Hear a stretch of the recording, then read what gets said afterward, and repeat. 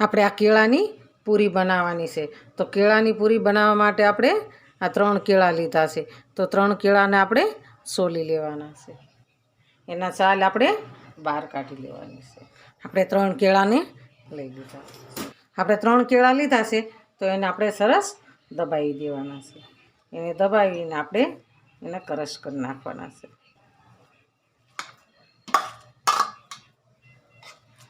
આવી રીતના ચમચા વડે કે કાંટાવાળી ચમચી હોય તો એના વડે આપણે આને દબાવી શકીએ છીએ.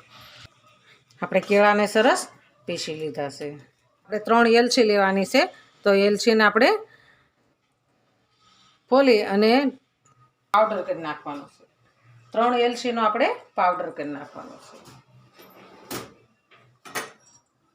આપણે અંદર એલચીનો પાવડર એડ કરીશું. આપણે 1 ચમચી ખાંડ નાખીશું. જેવું તમે ગળ્યું ખાતા હોય એ પ્રમાણે આપણે કરવાનું છે. આપણે સહેજ અમથું મીઠું નાખવાનું છે. મીઠાથી આપણે ઓર સ્વાદ बढ़ે છે. મીઠાથી આપણે સ્વાદ વધી જાય છે.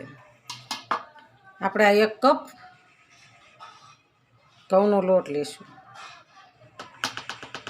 આપણે 1 અને એની ઉપર 2 કેળા હોય તો 1.5 કપ, 3 કેળા હોય તો 2 કપ ઘઉંનો લોટ લેવાનો છે. આપણે એને સાળી લઈશું.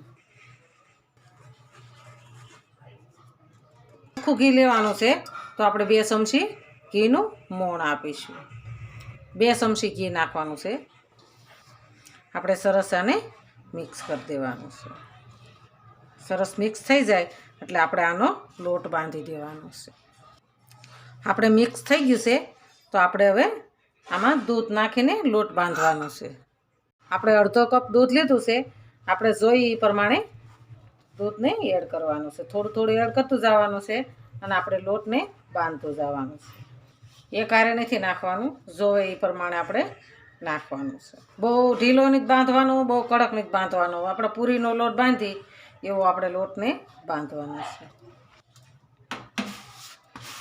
લોટ આપણો સરસ બંધાઈ ગયો છે તો આપણે આને 10 મિનિટ માટે ઢાંકી દેવાનો છે. આપણે લોટને ઢાંકી દઈશું.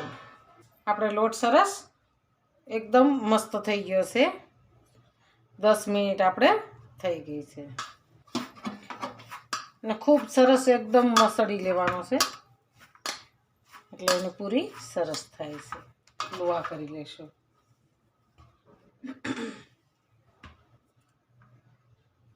આપણે નાના નાના લુવા કરી લેવાના છે.